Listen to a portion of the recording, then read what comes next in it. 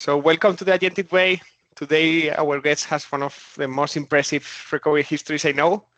He had rebuilt his life from scratch, later worked with me when I was CSA with him in Network Railway, and now he works in Microsoft. So basically his journey went from system failure to enterprise grade recovery with Copilot enabled. So before everything happening, please James, who you are professionally and personally, feel free to share a little bit about your history. Oh, thanks, Pablo. Thanks for having me.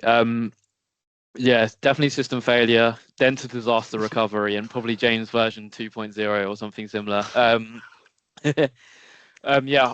So I'm James Connolly. I now work for Microsoft. I am a technical global black belt, focusing on Power Platform and Copilot Studio. So yeah, thanks for having me here. Just for let you know, it's totally different, James, for what I know. I think I worked with Network very well 4 or 5 years ago, and the experience I have to speak with you again was so different. So I would love to hear a little bit more about your history, share a little bit about your accident, what happened to you, and also how your life changed, and a little bit about your personal life, and explain a little bit why your history is that incredible and different from others. Yeah, it's definitely been a journey over the last few years, to be honest. Yeah, I mean, I guess a relatively normal guy beforehand. So I'm sure my friends will probably say I was never normal. But yeah, I mean, over the pandemic, in June 2021, I kind of had a freak accident, I guess. I was walking, and it had been snowing and icy. It was back then when we could go out and have a walk and whatnot. And basically, I slipped on the snow and ice and landed on the back of my head. The only thing that broke my fall was my neck, basically, and the back of my brain. So yeah, I ended up having a brain hemorrhage, and lots of different symptoms kind of came. Firstly, from the acute stage of the injury, and then yeah, I guess still left with some now, but definitely grateful for the recovery that I've been fortunate to make. I'll never be the same person again. I actually don't really remember too much what I was like before the accident, I guess. But I kind of see it as a bit of a clean slate, a new start. But my memories have got a bit better. I do remember some childhood stuff, and I've always had a really good life. So fortunate to have made the recovery that I have made. It's been a very, very long journey, and I've met some great people throughout it. I've learned so many lessons from it. It was probably the life lesson that I never knew I needed, but kind of grateful that I've taken the positives from it. Obviously, I wish that the accident didn't happen, but I think what I've learned along the way in terms of life, and had about 4,000 epiphanies, and things that I've realized throughout the whole journey. So yeah, definitely grateful for that. Then thank you so much for saying. Also, I know you for a long time, and honestly, I know that you have an accident and you have a problem, but I had never the opportunity to speak open about it. And honestly, it was so impressive. I thinking that was a car accident or motorbike accident, so crazy that, I mean, normal day, just walking in the snow, something can happen. So thank you so much for sharing. I guess it has been a complicated but also amazing journey to recover. One of my questions is, what was the hardest part of rebuilding from scratch? Yeah, I think you hit the nail on the head in terms of it wasn't like a huge traumatic accident. I think it just shows that your brain is such a fragile organ, and it. I think the hardest part was probably getting people to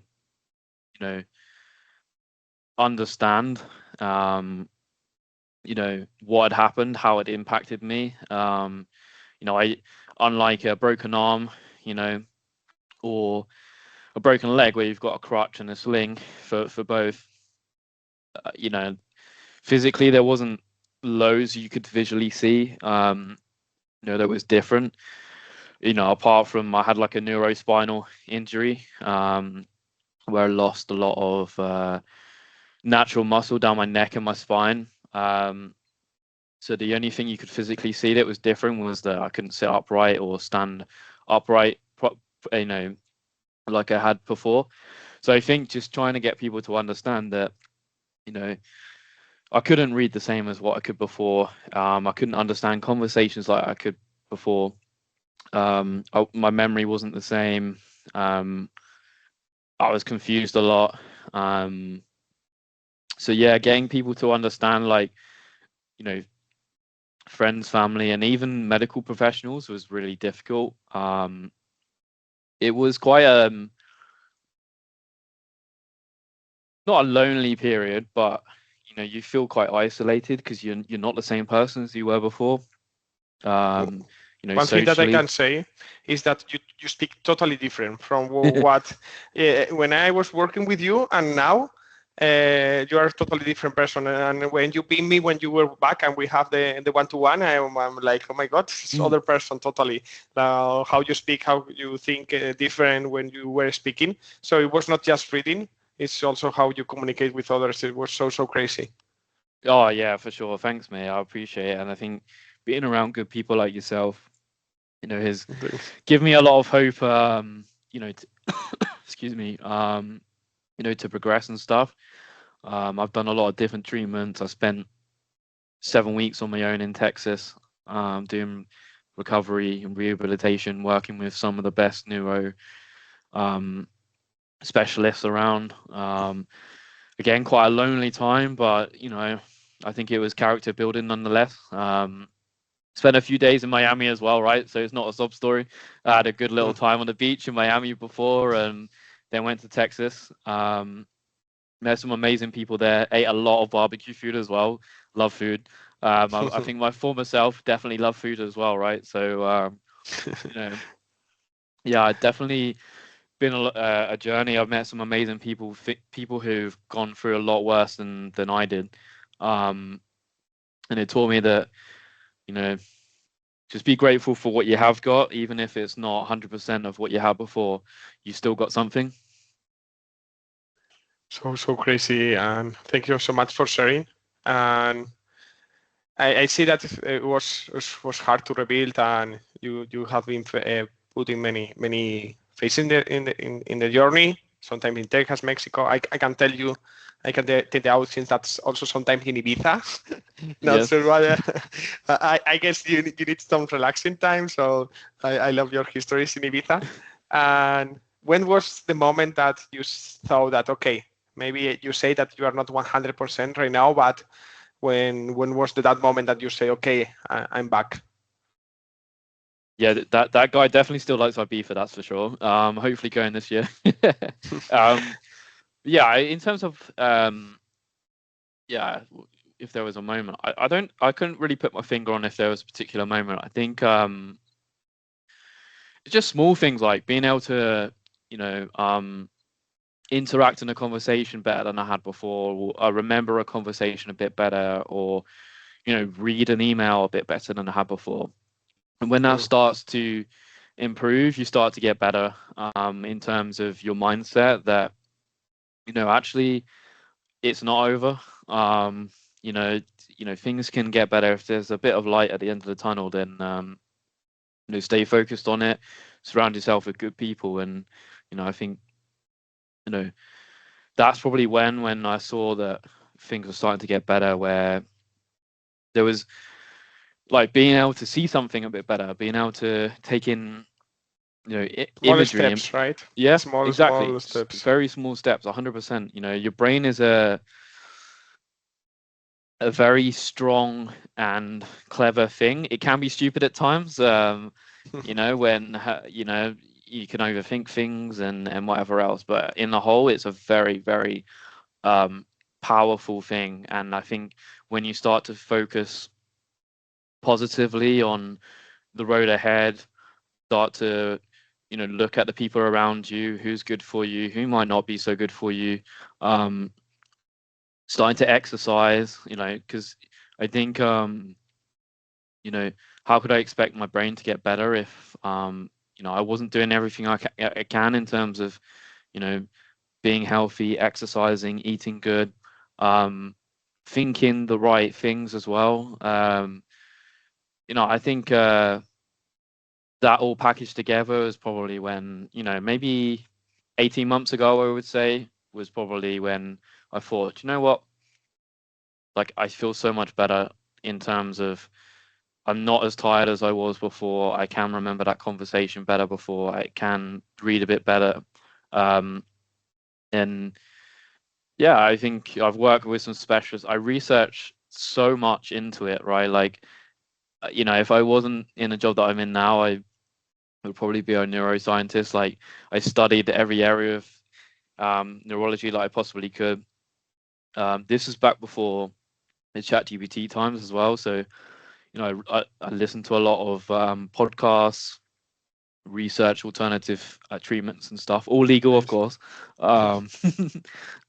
So yeah, you have to be obsessed by things like that because the only person that can really help you is yourself.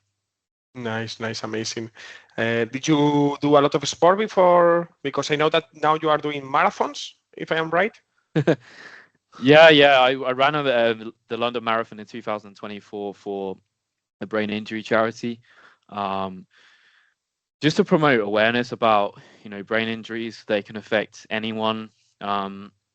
It could just be a tap to the head and someone could be completely changed for life. It could be a big impact brain injury like I had. It could be from sport, it could be anything. They affect everyone and their families and their support circle. So the fantastic Microsoft community donated to me. Some of my good friends donated, supported the charity. So yeah, I mean, beforehand I hated running. I never was a runner. I can't run 10 kilometers. I can tell you. I love sport. Yeah, Behind a ball, I can run a lot. Well, a lot. We need to, yeah, but alone, it is so complicated for me. yeah. I know what you mean. I guess it's kind of I've always been into sport, football, cricket, tennis, that kind of thing. But things where you would move, but you don't really have to think about moving because you're focusing on what the main activity is. But yeah, running.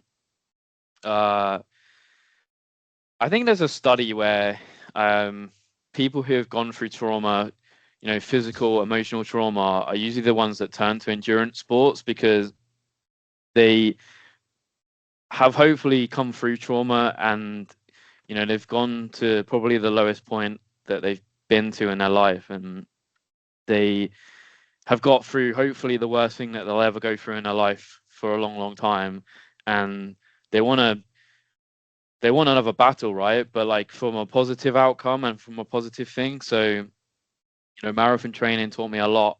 Um, Things that, you can put in your everyday life or your job as well, like, problem solving, you're managing an injury. How do you manage that? You're managing like your recovery, that kind of thing. It's not just going out and just running. It's just like that whole journey. Um, and it probably, uh, it is my therapy, I guess. I don't feel like I need to go and sit down and talk to people about everything that happened. What happened from the injury, from the brain injury, happened for some reason. I do believe that everything happens for a reason.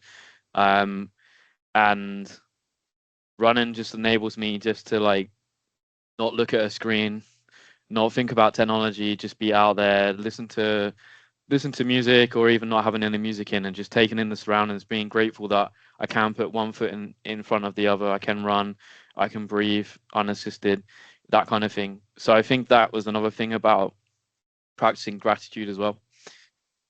Being grateful that, I can still move and stuff. Thank you so for sharing, James. And honestly, I'm so happy to start this YouTube journey because this conversation was really rich. Also because I know you for a long time and I didn't know all this information.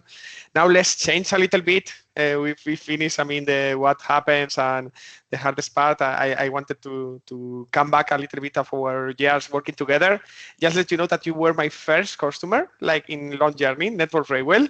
And now I always see the news. Biggest journey of Power Platform in Europe, or blah blah blah. And I was like, my God, we started this. If they see, thank you to Maddie. I really miss Kevin.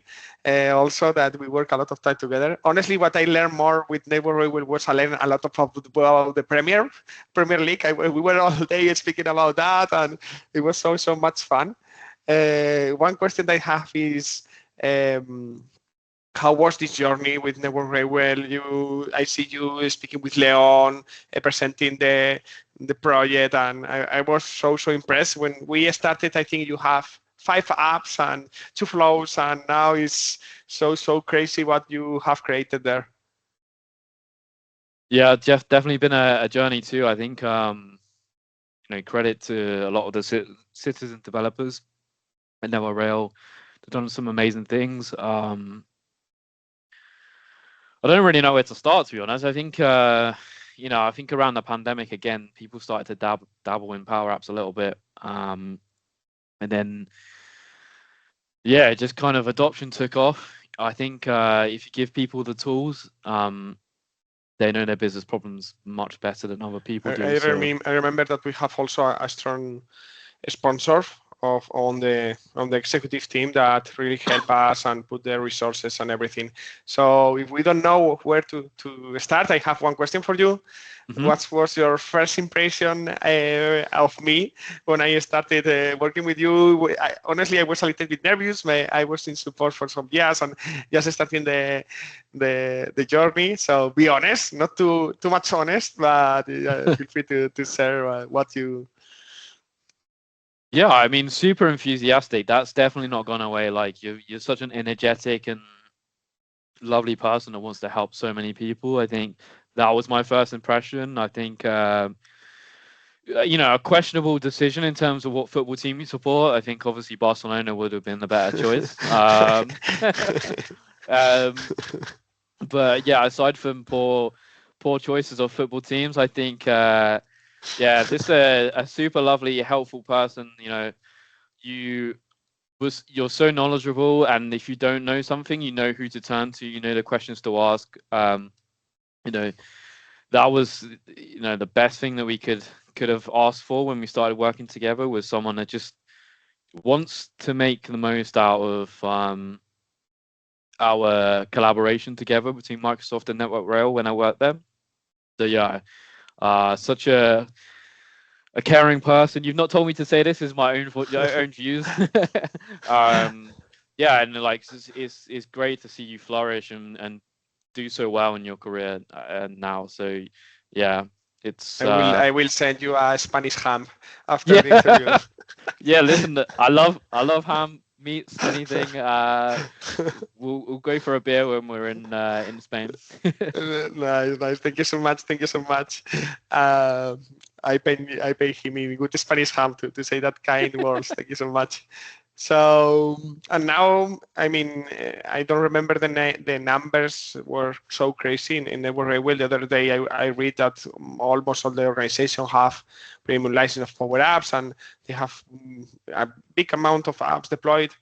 And I guess that you must have a really funny or really chaotic moment for all those projects. I remember some after the hackathon, but love to hear a little bit more about that. Yeah, I mean, probably the most chaotic period was probably the Close Call app. Was the biggest app and most used app still now, used by 40,000 people. I think. Yeah, or up to 40,000 people. It's super important to the organization in terms of close calls, like things that could potentially turn into incidents, or trespassing, that kind of thing. So chaotic in a sense that I was working crazy days to try and get it live. It wasn't long after the brain injury, and I was still learning basic life skills again. And I think I wasn't forced to work long days. I wanted to do a good job. I wanted to make sure that it was successful. So working till 10 o'clock at night to try and get security groups set up, or try and learn. The wrap feature, for example, was new at the time, so we were the first organization in the world to use it at scale. I think. I remember. Yep. Yeah. You fight a lot with support, and it was Yep. cool. It's nice that you are in the other. I remember also moments with managed environments, and you have some words. I like it that now you are in the other side of the wall. Yeah, you're not the first person to say that, right? Like a few people like, no, I'm glad that you're on our side now. I didn't realize the impact that that you can have as a customer. I think sometimes what I say, or when I look back on things that I've posted maybe on LinkedIn or whatever, I think the thought was there in terms of what the concerns were, because I've always loved this technology. I think it can be frustrating at times, as a customer, but when you come on the Microsoft side, you realize that things are moving so quick. There's constant change. There's so many things to consider. So I think looking back, it's great to have positive impact as a customer on the product. I think just having a voice that can be constructive towards people and the product is the best thing that you can have. And I think the NetRail story is great, right? Like I think maybe 28,000 Power Automate cloud flows now, 11,000 Power Apps, 2,500 makers. I'm genuinely proud to have run one of the largest Power Platform programs across Europe with some fantastic people like Ben Atherton, you probably all worked with. We went. We spent really good moments in Seattle, talking about the project and everything. We make also a good relationship together. He unfortunately changed and now he's not longer in Microsoft, but I really remember. So we've met some amazing people. I think that's what it's all about. This technology, like it's unlike no other technology. It brings people together. Whether that be citizen developers. When I was at Network Rail with us in IT, it brought together Microsoft and Network Rail. It's brought together myself and some amazing people in the community. Like some of my best mates are from the Microsoft community. I've spoken at some amazing conferences. I've traveled. Even become MVP. MVP, crazy. Yeah, so you created one of the biggest projects, then get MVP, and then change to the seller part. It's crazy history. No, definitely. I'm hugely grateful. Like there's never been a plan. There was never a plan to be an MVP. There was never a plan to go and work for Microsoft. It's just kind of happened organically, and a lot of that is from being around some amazing people. Again, you mentioned Leon. Leon is Welicki, VP of Power Platform Core at Microsoft. He is like an amazing person who I crossed paths with and worked with on his keynote. But the big thing is, like, we're all just people, right? Good people that just want to make the most out of working together, get to know each other and stuff is, for me, the main part of maybe where I've got to in my career. And how the Microsoft opportunity happened? You just saw it, or someone? To be honest, I was looking for a new challenge. I had done a lot at Network Rail. I started to feel a bit better in myself physically, and thought, I hadn't interviewed for a job since I'd had my brain injury, but I feel like we get the most out of ourselves when we're outside of our comfort zones. I agree. Yeah. So, Noah Rail were great to me, right? I don't have a bad word to say about them as an organization. Not just because they're a customer, but I like to think I left on good terms. Before I was looking to move on, I spoke with my manager, at the time, and some of chief technology officer, and some other people about the intention to leave. I felt like I needed a new challenge. I needed to learn from people who know a lot more than me, and there's certainly a lot of people at Microsoft that know a lot more than me. So yeah, I think I saw the opportunity come up at Microsoft, and a few people from my current team now reached out and said, would you be interested? But I've been fortunate to speak at a lot of conferences and cross paths with some amazing people. So I think having that network and that friendship group really helps. I think, posting on LinkedIn and, speaking at conferences, being yourself as well, right? Like not forcing content, just posting and being yourself, probably helped me get the opportunity here as well. And obviously before that, it led to MVP in January. Probably one of the shortest lived MVPs as well, because I had to give it up when I came to work for Microsoft. But Didn't enjoy it too much. Yeah. Yeah, it was cool though. Like, it's nice to be recognized for sure. I think I do get some messages from people here and there saying, "Oh, how do I become an MVP? I really want to be an MVP and stuff." And I think chasing it is the worst thing you can do.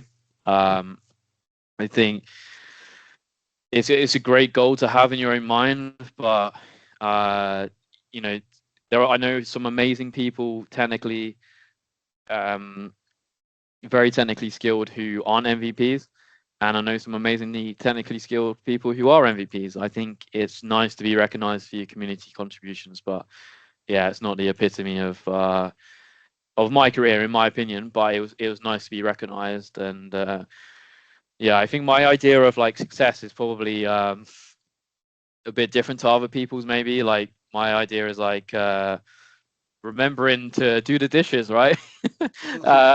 Remembering someone's birthday, or being able to read a bit better. I think anything else that I've achieved over the years is being a nice extra. I think I'm fortunate to still be alive, let alone be able to work. So anything above and beyond that is just a success in itself. Nice. Some amazing tips. I agree in some of them. In other, I disagree. So Yep. that's so nice. Honestly, I really say thank you because your position that you're right now in Microsoft is so hard to take it, and it's so incredible how you share what you did, and you didn't go for nothing else, and so curious. And also I think some of those tips are really helpful for others, not just for joining Microsoft or joining some people. I mean, we have many people that right now in his careers are not really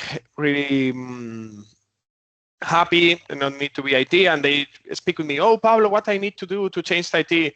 And I say, "Okay, maybe study, maybe start doing some projects." No, but I wanted to take a job and then starting to do those things, and probably this is not how it works. So I guess you can apply this to many other things, and I have some questions about it now that you joining Microsoft. You don't need to answer both, just in case you have something else. How long have you been in Microsoft, James? I've been here for about 6 weeks. 6 weeks. Yeah. Nice. So I have two things that maybe in 2 weeks you have some. What surprised you most after joining, and also if there is any myth about Microsoft that you expected that you didn't find here. So anything like that, I would love to hear it. Yeah, sure. I mean, I think the people have been amazing. Like, I think, having that community presence before I joined here obviously helped, where maybe a few people knew, like, me from conferences or seen me speak and stuff. But I think people just want to help you. Like, they, they want to help you settle in at Microsoft. They want to help you understand how Microsoft works. They, like, they're just welcomed me with open arms, really. I think I never expected like anything much less than that, to be honest, because obviously there's a reason why people work here at Microsoft for years and years and years. But I think yeah, I just think people have been amazing to me, really. And I think, when I joined the team, there was like a team meeting and I had to introduce myself, and like just people just saying, wow, what a signing this is. Like, I just signed for Real Madrid or whatever, I think just making you feel welcome. I think, in terms of myth, I think people will tell you going to work for Microsoft, you'll just be a number, you'll just disappear in the organization where there's so many, hundreds of thousands of people. But I think that's a myth, because every person that I've come across has their place. They have value to bring the organization. They have their own way of thinking about things. They have their own niche, their specialism. They're all respected, I think. And also the other thing is, like, how much Microsoft do for charities, for the community as well. Obviously after my injury, I think charity is so important to me. I want to give back to raise awareness about brain injuries, or raise money and stuff. But I think Microsoft have match donation schemes. So if you donate to a charity, they match it up to a certain value. There's volunteering days. So yeah, I think that as well. Like, Microsoft generally care about people. Like, I think you speak to some people that have never worked here, and they just assume that Microsoft is, just bringing in people and churning them out and whatever else. I think that is not the case. I think business is business at the same time, of course, but every person that I've met, every person that I've spoken to that works here is like hugely valued. So yeah, I don't know. What about you? Do you agree, or?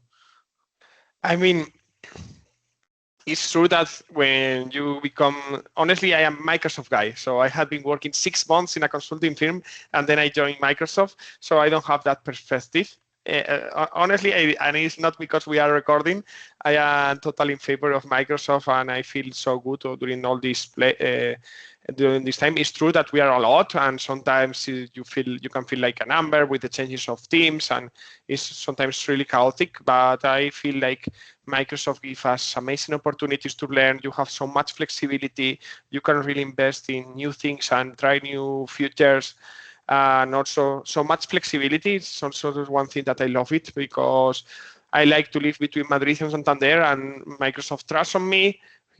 Of course, as you say, business is business. So you need to give at final of the year the numbers, but you have really flexibility of do whatever you wanted as far as you finally get your numbers. So honestly, and that's why I have been working all my life here, and right now I am not looking in other parties. So positive in the balance, so positive with Microsoft. But I was when I remember when I joined, it's true that I was working. I mean, they interviewed me when I was 6 months, and I joined when after 7 or 8 months of working, and I was so afraid. I was like, oh my God, what I am doing here. I see the logo, and I was like, this is so crazy.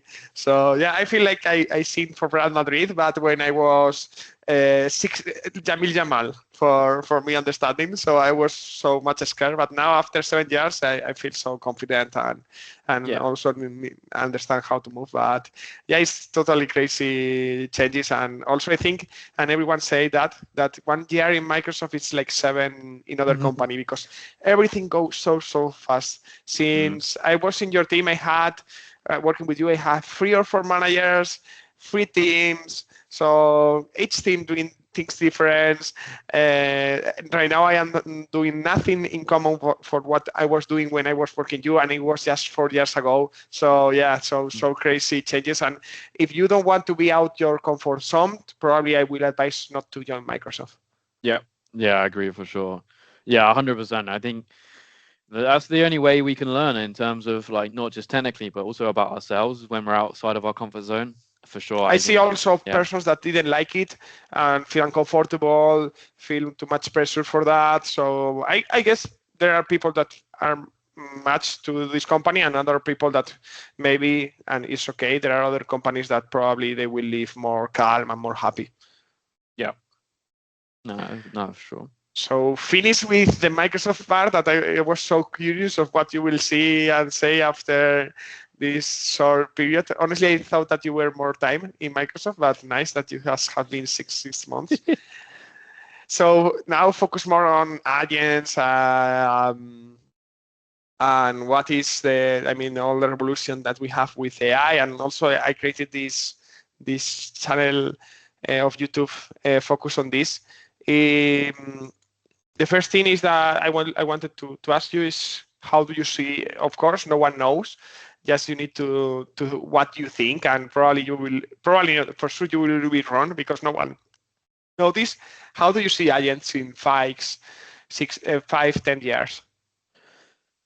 Yeah, definitely hard to say. I think maybe a lot of the admin jobs will generally go away in terms of not people's jobs. I think more in terms of like the admin stuff for us, like putting time aside for certain things, or being alerted when things aren't going so well, like risk kind of stuff. Very much like Microsoft Scout that was announced yesterday at Build, where we announced the autonomous agent. Yeah. Exactly. Yeah. So like autopilot stuff, which is genuinely autonomous stuff, where basically a lot of our manual admin stuff will be done for us by agents. I think that will start to evolve quite a lot and go from kind of sporadic or small uses to kind of being the norm maybe.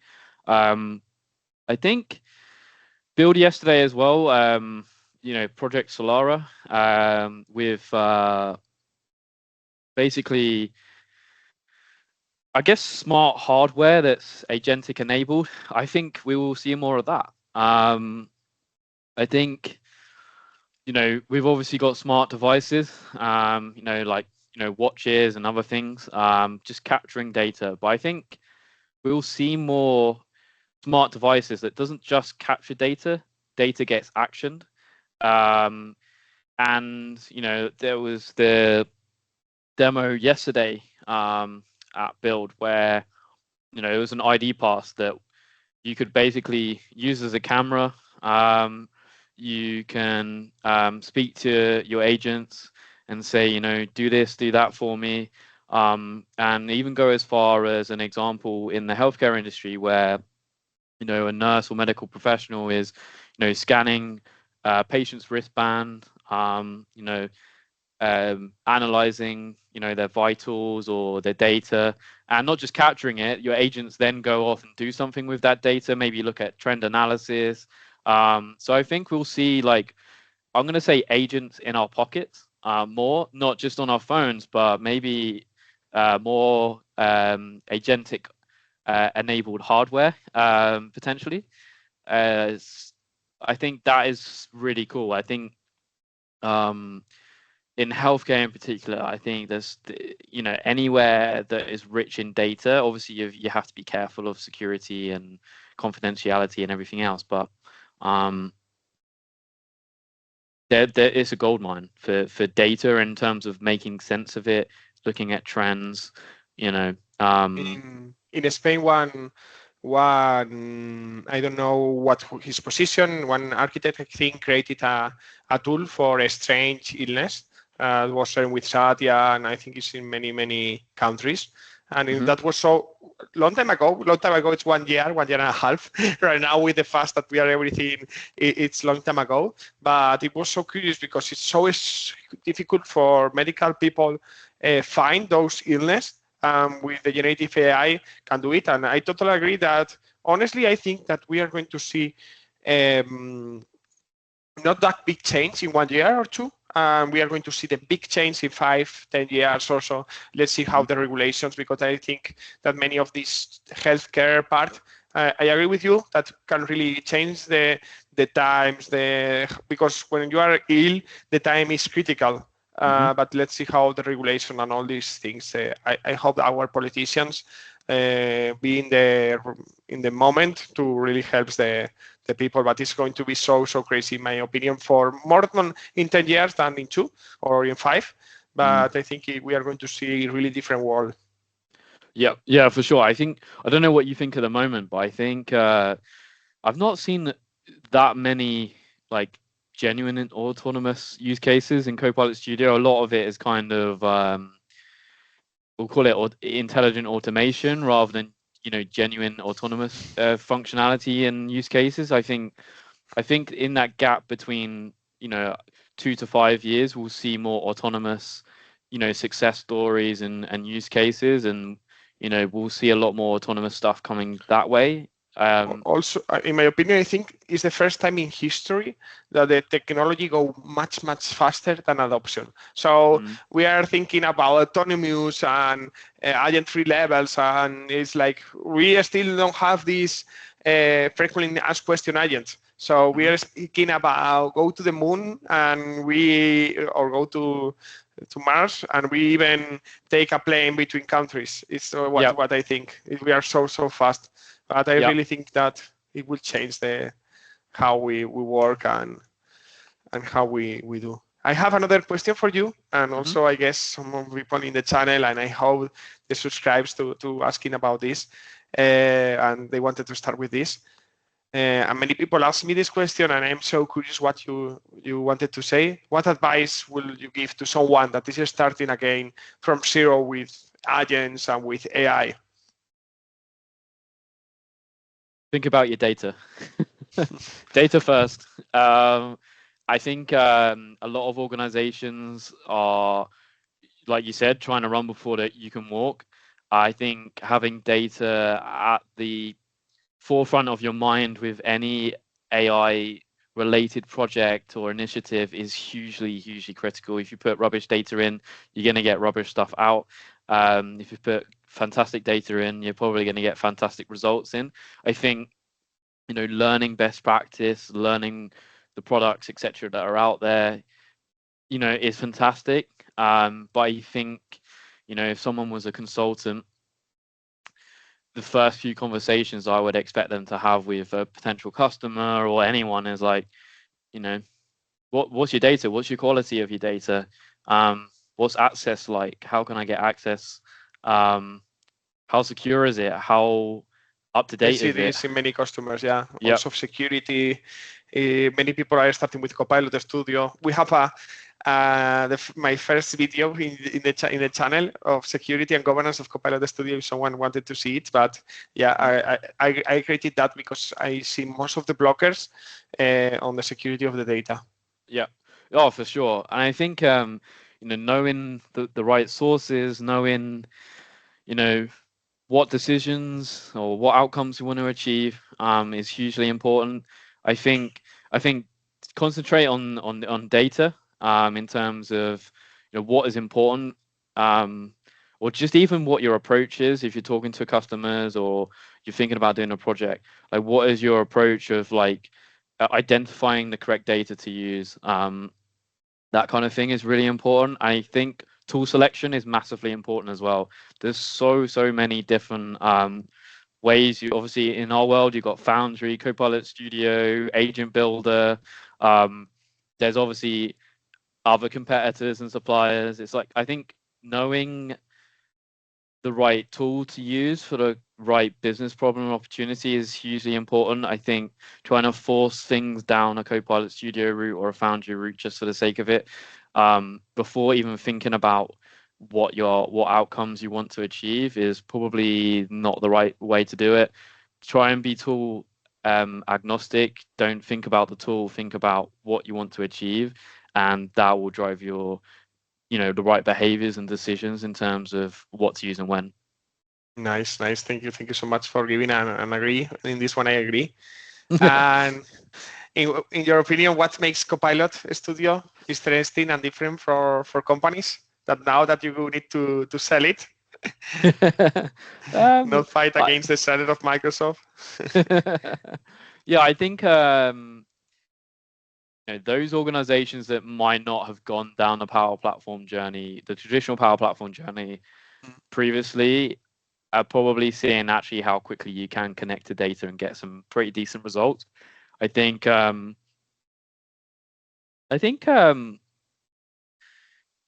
there's been oversight with Power Automate, for example,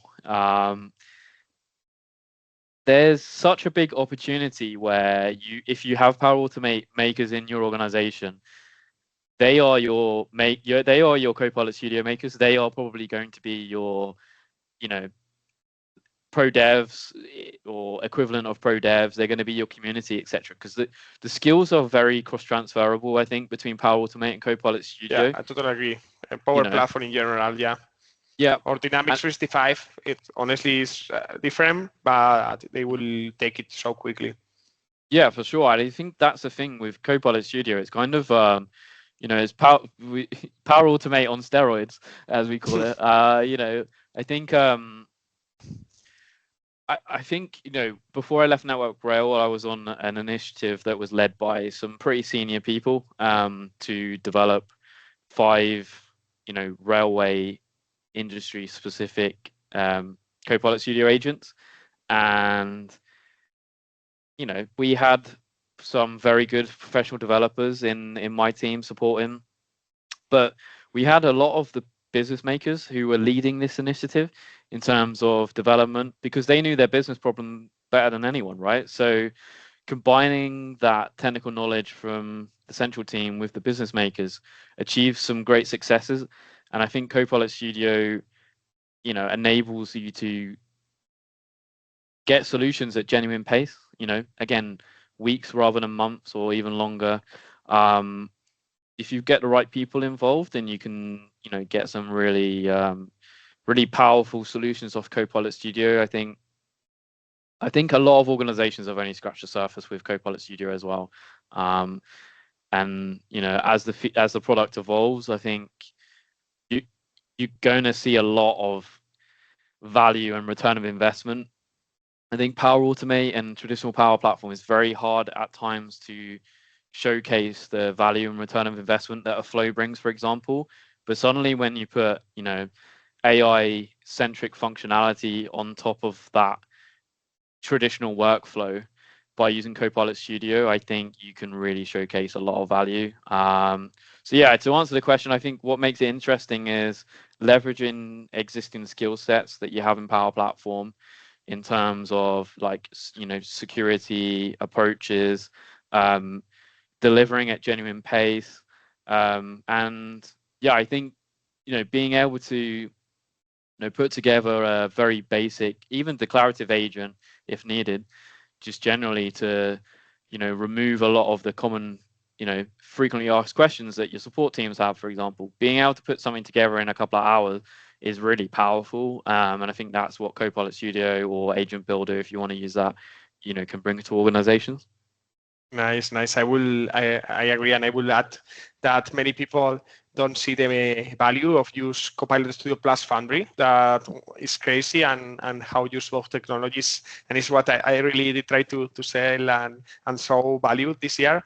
So really encourage people to start using it. So we are finished on time, and I have the most important question that I would like to do in each interview that we do in these channels. In my case, I want an agent that cleans the disgusting little leftovers that stay in your kitchen sink drain, and you need to take out. What would you like one agent do for you? Oh man, if you develop that agent, I would buy that from you. It's close. It's prototype. It's close to. that would resolve so many issues in my life in so many different ways. I think. Yeah, I think I try and be clean and tidy, right? But you know how it is. If you work in tech, you're super focused on solving problems and can get stuck on the laptop until into the evening. The last thing you want to do is really like think about doing the dishes and whatever else. So yeah, I anything that can help with cleaning, washing up, maybe like a second memory for me as well. Like, I think yeah, just anything that can help with household chores would just be a game changer for me. Nice, nice. So, James, thank you so much. Honestly, I'm so impressed. Also, the first part of the interview about your personal life, and thank you so much for giving your time and share everything with me. And hope that we have a big audience on this video. Thanks a lot, mate. It's great to chat to you, and yeah, the series is awesome. I'm going to be following for sure. So yeah, thanks Nice, for having me. amazing. Next time in person. Yes, we need to get that sorted, right? Maybe in Ibiza.